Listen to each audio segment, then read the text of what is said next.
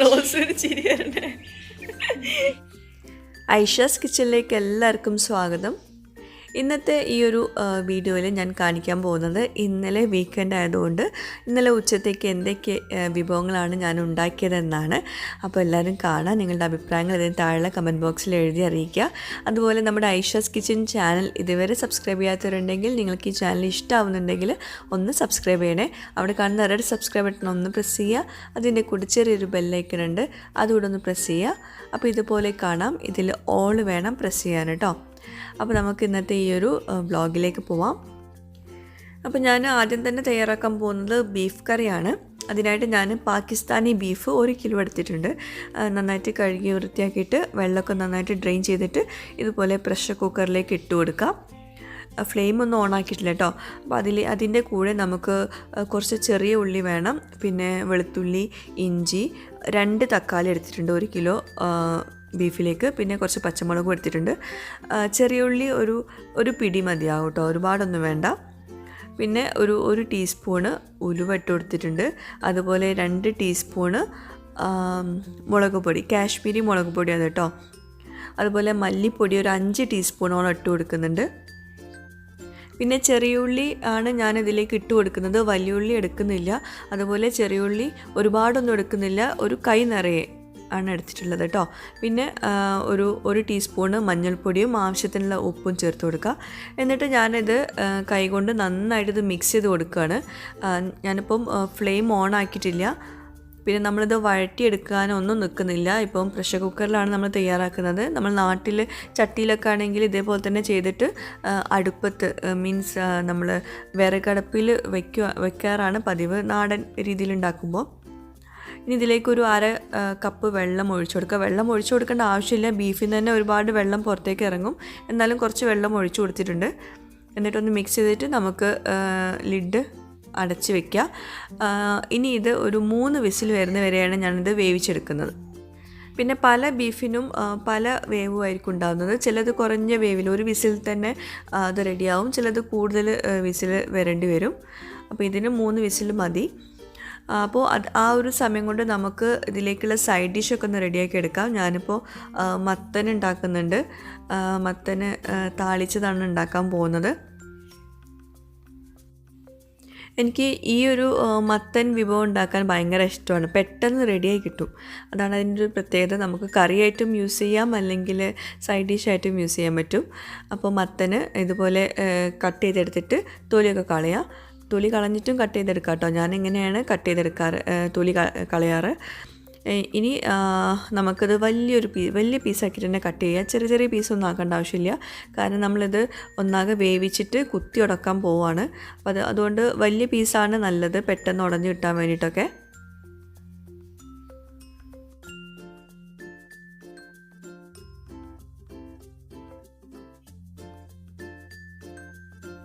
നല്ല സിമ്പിളായിട്ടുള്ളൊരു കറിയാണ്, വേറെ ഒന്നുമില്ല. ഇതുപോലെ കഷ്ണങ്ങളാക്കിയിട്ട് നമ്മൾ ഏത് പാത്രത്തിലാണത് കുക്ക് ചെയ്യുന്നത് അതിലേക്ക് ഇട്ട് കൊടുക്കുക.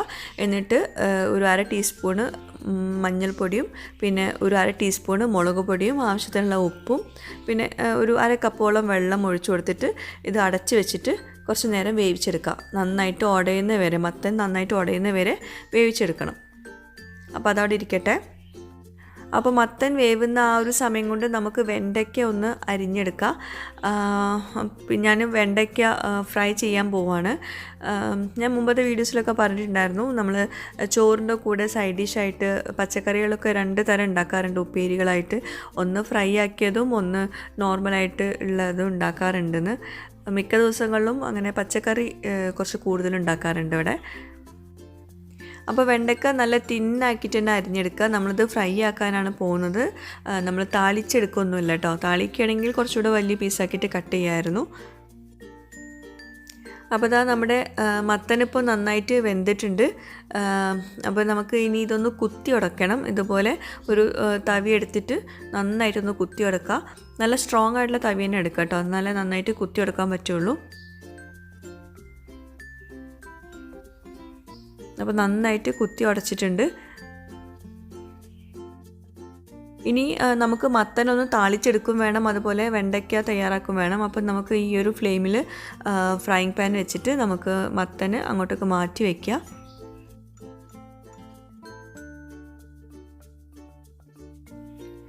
അപ്പോൾ ഐഷാസ് കിച്ചനും ജുമേറ ബുട്ടീക്കും നടത്തുന്ന മെഗാ ഗിവ് എവേയുടെ ആദ്യത്തെ കോഡ് ഇന്നിപ്പോൾ പറയാൻ പോവാണ്. നമ്മുടെ ആദ്യത്തെ കോഡ് 4, നമ്പർ 4. പിന്നെ ആരും ഇത് ഇന്ന് കമൻറ്റ് ബോക്സിൽ ഇടണ്ട കേട്ടോ. ഇത് എല്ലാ കോഡും കൂടി ഒരുമിച്ചിട്ട് ഞാൻ പറഞ്ഞ നമ്പറിലേക്ക് അയച്ചാൽ മതിയാവും കേട്ടോ. അപ്പോൾ ഇനി നമുക്ക് നമ്മുടെ വീഡിയോയിലേക്ക് പോവാം. നമ്മുടെ പ്രഷർ കുക്കർ ഇപ്പം 3 വിസിൽ വന്നിട്ടുണ്ട്. ഞാൻ ഓഫ് ചെയ്ത് വെച്ചിട്ടുണ്ട്. അപ്പം പ്രഷറൊക്കെ മൊത്തം പോയ ശേഷമാണ് ഞാൻ തുറക്കാൻ പോകുന്നത് കേട്ടോ. അപ്പോൾ അതവിടെ ഇരിക്കട്ടെ. ആ ഒരു സമയം കൊണ്ട് നമുക്ക് ഇതൊന്നും താളിച്ചെടുക്കണം. ഞാൻ പാനിലേക്ക് കുറച്ച് ഓയിൽ ഒഴിച്ചു കൊടുത്തിട്ടുണ്ട്. ഇനി കടുകിട്ട് പൊട്ടിക്കുക, എന്നിട്ട് അതുപോലെ കറിവേപ്പില ഇട്ട് കൊടുക്കുക, എന്നിട്ട് നമുക്കതൊന്ന് താളിച്ചെടുക്കാം.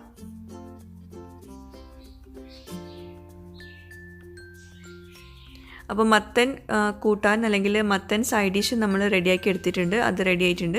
ഇനി ഈ ഒരു പാനിലേക്ക് നമ്മൾ കുറച്ച് ഓയിൽ കൂടുതൽ ഒഴിച്ചു കൊടുക്കുക. നമ്മൾ വെണ്ടക്ക ഫ്രൈ ചെയ്യാൻ പോവാണ്.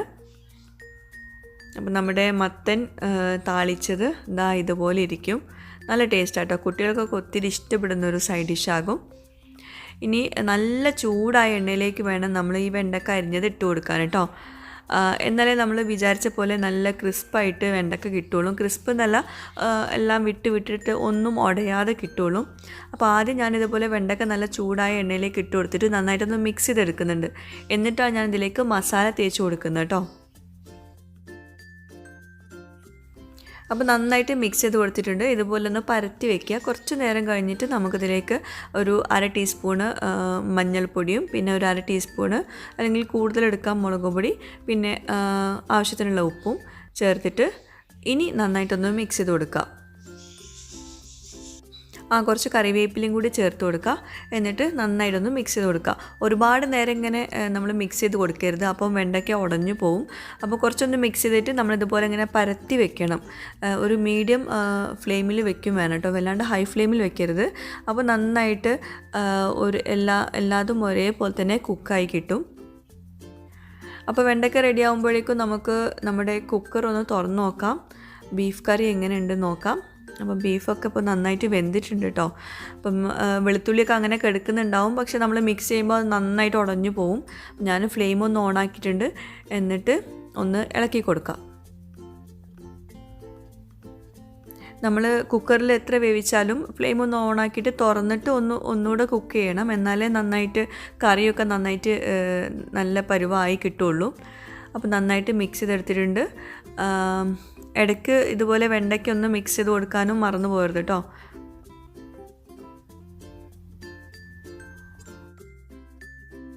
ഇനി നിങ്ങൾക്ക് വേണമെങ്കിൽ ഇതിലേക്ക് വറവിട്ട് കൊടുക്കാം, അല്ലെങ്കിൽ ഇതുപോലെ ഒരു ചട്ടി ചൂടാക്കിയിട്ട് അതിൽ വറവിട്ടിട്ട് നമ്മൾക്ക് അതിലേക്ക് ഈ കുക്കറിൽ നമ്മൾ വേവിച്ചെടുത്തിട്ടുള്ള ബീഫ് കറി ഒഴിച്ചു കൊടുക്കാം. അപ്പോൾ ഞാനിപ്പോൾ കുറച്ച് വെളിച്ചെണ്ണയാണ് ഒഴിച്ചു കൊടുക്കുന്നത്. അതിലേക്ക് ഞാൻ സവോള ഒരു 1/2 കഷ്ണം എടുത്തിട്ട് ഒന്ന് വഴറ്റിയെടുക്കുന്നുണ്ട്. ഒരുപാട് സവോള എടുക്കണം കേട്ടോ, ഒരു 1/2 കഷ്ണം സവോള മതിയാകും. അപ്പോൾ വെണ്ടയ്ക്ക ഒന്നും കൂടി ഒന്ന് ഇളക്കി കൊടുക്കുക. വെണ്ടയ്ക്കൊക്കെ ഏകദേശം റെഡിയായി വന്നിട്ടുണ്ട്. ഒന്നുകൂടെ ഒന്ന് റെഡി ആയിക്കോട്ടെ. അപ്പോൾ നമ്മൾക്കൊന്ന് മിക്സ് ചെയ്ത് കൊടുത്തിട്ട് ഒന്നുകൂടെ ഒന്ന് പരത്തി വയ്ക്കുക. ഒരു കുറഞ്ഞ ഫ്ലെയിമിൽ വെച്ച് കൊടുക്കണം കേട്ടോ, എന്നാലേ നന്നായിട്ട് കുക്കായി കിട്ടുള്ളൂ. ചട്ടിയിലായതുകൊണ്ട് തന്നെ സവോള പെട്ടെന്ന് വഴണ്ട് കിട്ടുമൊന്നുമില്ല. അതുപോലെ നമുക്ക് കുറച്ച് കറിവേപ്പിലയും കൂടി ചേർത്ത് കൊടുക്കാം. അപ്പോൾ ചെറുതായിട്ടൊന്ന് സോഫ്റ്റ് ആയി കഴിഞ്ഞാൽ നമുക്കിതിലേക്ക് ഒരു 1/2 ടീസ്പൂണ് കാശ്മീരി മുളക് പൊടിയും കുറച്ച് ഉപ്പും ചേർത്തിട്ട് ഒന്ന് വഴറ്റിയെടുക്കാം. ഉപ്പ് ചേർക്കുന്നത് ആ ഒരു മുളക് പൊടി ചേർത്ത് നമ്മൾ വഴറ്റിയെടുക്കുമ്പോൾ ഒരു വല്ലാത്തൊരു ഫീലിംഗ് ഉണ്ടാവില്ല. അപ്പോൾ അതില്ലാതിരിക്കാൻ വേണ്ടിയിട്ടാണ് നമ്മൾ ഉപ്പ് ചേർക്കുന്നത് കേട്ടോ. പിന്നെ നമ്മൾ മുളക് പൊടി ഇതിലേക്ക് ഇട്ട് കൊടുക്കുന്നത് എന്തിനാണെന്ന് വെച്ചിട്ടുണ്ടെങ്കിൽ കറിക്ക് നല്ലൊരു കളറ് കിട്ടാൻ വേണ്ടിയിട്ടാണ്. അപ്പോൾ വെണ്ടയ്ക്ക റെഡി ആയിട്ടുണ്ട്. നമുക്ക് വെണ്ടയ്ക്ക ഇതുപോലെ ഇങ്ങനെ സൈഡിലേക്ക് ഇങ്ങനെ കോരി വെക്കാം, എന്നാലേ എണ്ണയൊക്കെ നന്നായിട്ട് ഡ്രെയിൻ ആവുള്ളൂ. അപ്പോൾ ഇത് അത്യാവശ്യം നന്നായിട്ട് റെഡി ആയിട്ടുണ്ട്. ഇനി ഇതിലേക്ക് നമ്മൾ നേരത്തെ വേവിച്ച് വെച്ചിട്ടുള്ള ബീഫിൻ്റെ കറി ബീഫോട് കൂടിയിട്ട് തന്നെ ഒഴിച്ചു കൊടുക്കുക. എന്നിട്ട് നന്നായിട്ടൊന്ന് മിക്സ് ചെയ്ത് കൊടുക്കുക. ഈ ഒരു ബീഫ് കറി ഞങ്ങളുടെ ഭാഗത്തൊക്കെ ഇത് കോമൺ ആയിട്ട് ഉണ്ടാക്കുന്ന ഒരു ബീഫ് കറിയാണ്. ഇത് സാധാരണയായിട്ട് പ്രഷർ കുക്കറിലല്ല ഇത് റെഡിയാക്കി എടുക്കുന്നത്. ചട്ടിയിൽ വെച്ചിട്ട് വിറകടുപ്പിൽ വെച്ച് കൊടുക്കും. എന്നിട്ട് സാവധാനം ഇരുന്നിട്ട് വേവാറാണ്. അപ്പോൾ നല്ല ടേസ്റ്റും ആട്ടോ അങ്ങനെ ഉണ്ടാക്കുമ്പോൾ. ഇനി ഇത് നന്നായിട്ടൊന്ന് തിളയ്ക്കണം. അതായത് എണ്ണ തെളിയുന്നത് വരെ തിളയ്ക്കണം. അപ്പോൾ ആ ഒരു സമയം കൊണ്ട് നമുക്ക് കുറച്ച് ചമ്മന്തി, തേങ്ങാ ചമ്മന്തി ഉണ്ടാക്കിയെടുക്കാം. ഞാൻ ഒരു 2 പിടി തേങ്ങ ഇട്ട് കൊടുക്കുന്നുണ്ട്. അതിലേക്ക് ഒരു 3-4 പച്ചമുളകും ഒരു 4 ചെറിയ ഉള്ളിയും കുറച്ച് ഉപ്പും ചേർത്തിട്ട് ഒന്ന് ക്രഷ് ചെയ്തെടുക്കുക കേട്ടോ. വല്ലാണ്ട് അരച്ചെടുക്കണ്ട, ഒന്ന് ചെറുതായിട്ടൊന്ന് ക്രഷ് ചെയ്തെടുത്താൽ മതി. അപ്പോൾ ഇതാ ഈ ഒരു പരുവത്തിലാണ് ഞാൻ നമ്മുടെ ചമ്മന്തി റെഡിയാക്കി എടുത്തിട്ടുള്ളത്. ഇതാട്ടോ ഞാൻ പറഞ്ഞ എണ്ണ തെളിയുന്ന വരെയെന്ന്. അതായത് മുകളിൽ ഇങ്ങനെ എണ്ണ ഇങ്ങനെ തെളിഞ്ഞു കിടക്കുന്നില്ലേ, അപ്പോൾ ഈ ഒരു പരുവത്തിലാണ് നമുക്ക് നമ്മുടെ ബീഫ് കറി ആക്കി എടുക്കേണ്ടത്. അപ്പോൾ ഇങ്ങനെ വന്നാലേ നന്നായിട്ട് പെർഫെക്റ്റ് ആയിട്ട് കിട്ടുള്ളൂ. അപ്പോൾ നമ്മുടെ ബീഫ് കറി റെഡി ആയിട്ടുണ്ട്. ഇനി ഞാൻ നമ്മുടെ മലപ്പുറം ഭാഗത്ത്, പ്രത്യേകിച്ച് ഞങ്ങളുടെ അവിടെയൊക്കെ കാണുന്ന ഒരു സ്ഥിരം പരിപാടി ഞാൻ കാണിച്ചു തരാം. ഇത് ഉപ്പിലിട്ട മാങ്ങ കേട്ടോ. ഉപ്പിലിട്ട മാങ്ങ ഉണ്ടെങ്കിൽ നമ്മൾ ബീഫ് കറിയൊക്കെ സ്പെഷ്യലായിട്ട് ഉണ്ടാക്കുന്ന ദിവസം ഇതുപോലെ ഞങ്ങൾ കറി ഈ മാങ്ങയിലേക്ക് ഒഴിച്ചിട്ട് നന്നായിട്ട് കുഴച്ചെടുക്കും. എന്നിട്ട് അത് നമ്മൾ ചോറിൻ്റെ കൂടെ കഴിക്കാൻ ഭയങ്കര ടേസ്റ്റ്. അത് പറഞ്ഞറിയിക്കാൻ പറ്റാത്ത ടേസ്റ്റാട്ടോ. അപ്പോൾ ഇതാണ് സംഭവം. പിന്നെ നമ്മുടെ വെണ്ടയ്ക്ക ഫ്രൈ ആക്കിയത്, പിന്നെ നമ്മുടെ ബീഫ് കറി, നമ്മുടെ നാടൻ സ്റ്റൈലിൽ ബീഫ് കറി, പിന്നെ തേങ്ങാ ചമ്മന്തി, മത്തൻ താളിച്ചത്, പപ്പടം. ഇതൊക്കെയാണ് ഇന്നലത്തെ ഉച്ചയൂണിൻ്റെ വിഭവങ്ങൾ. പിന്നെ ഒരു സ്പെഷ്യൽ സംഭവം കൂടിയുണ്ട്. നമ്മളിപ്പോൾ ഇത് ചട്ടിച്ചോറായിട്ടാണ് കഴിക്കാൻ പോകുന്നത്, അതും ബീഫ് ചട്ടിച്ചോറ്. അപ്പം ബീഫ് കറി കുറച്ചെടുത്തിട്ട് നമുക്ക് ഏത് ചട്ടിയിലാണോ കഴിക്കാൻ പോകുന്നത് അതിലേക്ക് കുറച്ചൊന്ന് ഒഴിച്ചു കൊടുക്കുക. എന്നിട്ട് ഇതുപോലെ ഒന്ന് എല്ലായിടത്തും ഒന്ന് ആക്കി കൊടുക്കുക. ഇനി അതിലേക്ക് നമുക്ക് ചോറ് ഇട്ട് കൊടുക്കാം. ഞാൻ മുമ്പ് ചെമ്മീൻ ചട്ടിച്ചോറിൻ്റെ റെസിപ്പിയിലൊക്കെ പറഞ്ഞിട്ടുണ്ടായിരുന്നു എങ്ങനെയാണ് പെർഫെക്റ്റ് ആയിട്ട് ചട്ടിച്ചോറ് ഉണ്ടാക്കാമെന്നൊക്കെ.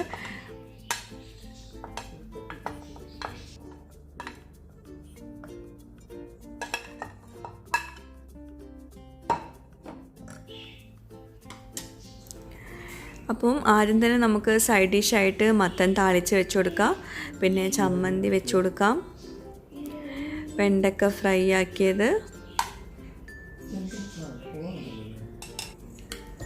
പിന്നെ ഉപ്പിലിട്ട മാങ്ങയും ബീഫ് കറിയും കൂടി കുഴച്ചെടുത്തത്. ഞാൻ വീഡിയോ ഓഫാക്കിയിട്ടില്ല കേട്ടോ.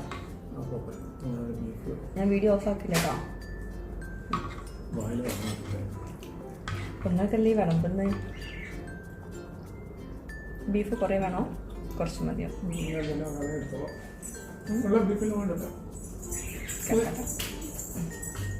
വയ്ക്കണേ. അപ്പോൾ ഇതാണ് നമ്മുടെ ബീഫ് ചട്ടിച്ചോറ്.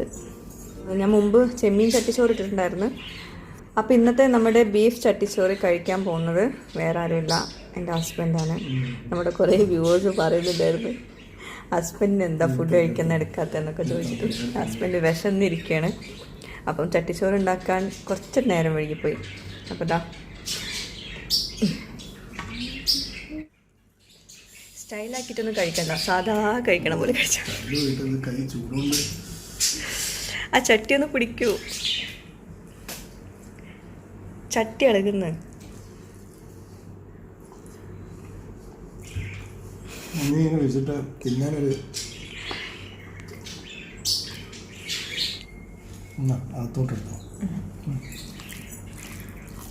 ഇച്ചിരി വെണ്ടക്ക, ഇച്ചിരി ഉപ്പുമാങ്ങ, ഇച്ചിരി ചമ്മന്തി, മത്തൻ, ഇച്ചിരി മത്തൻ, പപ്പടം എവിടെ? പപ്പടത്തില്ല, ഇച്ചിരി ഇറച്ചി. ഈ കുട്ടികൾ കഴിക്കില്ല. എന്നിട്ട് ഇങ്ങനെ ആക്കിയിട്ട് പപ്പടില്ല അങ്ങനെ എടുത്തിട്ട് ഇച്ചിരി 2 വെണ്ടക്ക കൂടെ എടുത്തിട്ട്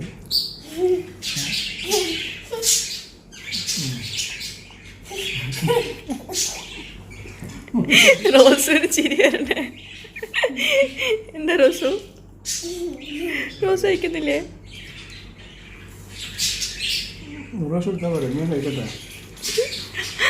ഇങ്ങനെ സാധാ കഴിക്കണ പോലെ ഇരുന്നാൽ മതി, കുഴപ്പമില്ല.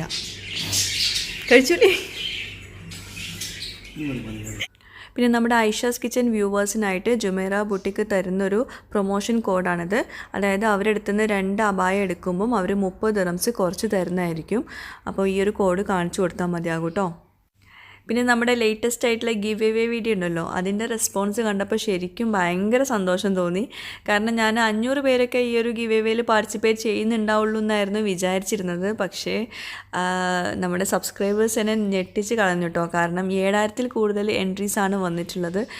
ശരിക്കും ഭയങ്കര ഒരു സർപ്രൈസ് തന്നെയാണ്. നിങ്ങളുടെ എല്ലാവരുടെയും സപ്പോർട്ട് ഭയങ്കരമായിട്ട് വന്നിട്ടുണ്ട്. ഒത്തിരി സന്തോഷമുണ്ട് കേട്ടോ. അപ്പോൾ നിങ്ങളുടെ എല്ലാവരുടെയും സപ്പോർട്ട് കൊണ്ടാവാം നമുക്ക് ഒരുപാട് സ്പോൺസേഴ്സിനെയും കിട്ടിയിട്ടുണ്ട്. അതുകൊണ്ട് തന്നെ നമുക്ക് 1 മാസം കൂടുമ്പോഴോ അല്ലെങ്കിൽ 2 മാസം കൂടുമ്പോഴോ ഇതുപോലത്തെ ഗിവ് എവേ വെക്കാം. അതുകൊണ്ട് തന്നെ ഈ ഒരു ഗിവ് എവേയിൽ കിട്ടാത്തവരൊട്ടും വിഷമിക്കരുത്. നമുക്ക് ഇനിയും ഗിവ് എവേസ് വരുന്നുണ്ട്. അപ്പോൾ എല്ലാവരും തുടർന്നും സപ്പോർട്ട് ചെയ്യുക. അപ്പോൾ ഇന്നത്തെ വീഡിയോ എല്ലാവർക്കും ഇഷ്ടമായിട്ടുണ്ടാവുമെന്ന് വിശ്വസിക്കുന്നു. നിങ്ങളുടെ എല്ലാവരുടെയും കമൻറ്റ്സ് ഇതിന് താഴെ കമൻറ്റ് ബോക്സിൽ എഴുതി അറിയിക്കുക. അപ്പോൾ പുതിയൊരു വീഡിയോയുമായിട്ട് വരുന്നവരേക്കും ബൈ. താങ്ക്